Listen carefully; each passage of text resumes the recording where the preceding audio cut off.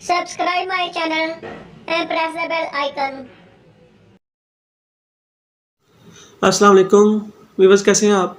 उम्मीद खैर वाफियत से होंगे। व्यूवर्स, आज के इस वीडियो में फिर हम उज़लाती साबिका मरकब लाए हैं, जिसका अनवान है, जिसका जो टाइटल है वो है ज्वार शिमली। काफ़ी अच्छा है, आप आजमाएंगे तो आपको खूबी इसकी जो अफादियत है उसका पता चलता जाएगा। तो ये ज्वार शिमली के आप अज़ार नोट कर लें। इमली, आलू बहारा, पुदीना देसी है, सोंड है, अनारदाना, ज़रिश्क, मुनक्का, आंवला, सात लीमू, चीनी।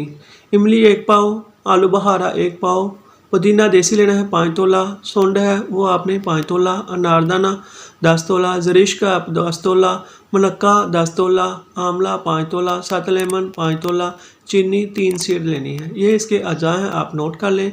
तरकीब क्या आप नोट करें। इमली और आलू बहारे को पानी में भिगो देना है। कुछ अरसे बाद जब देखें नरम हो जाएं तो हाथ साफ करके खूब मलें और मोटी छाननी से आपने छान भी लेना है।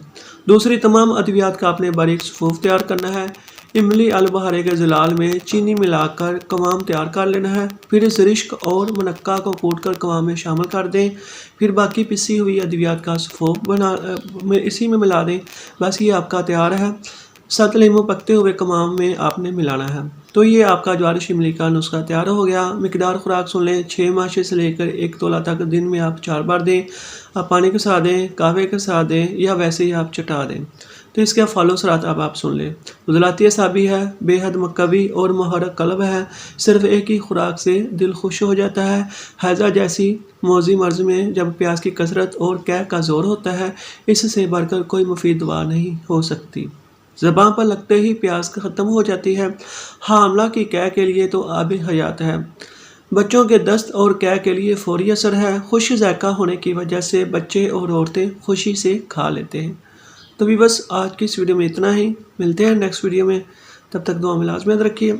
जज़ाकल्लाह खैरा।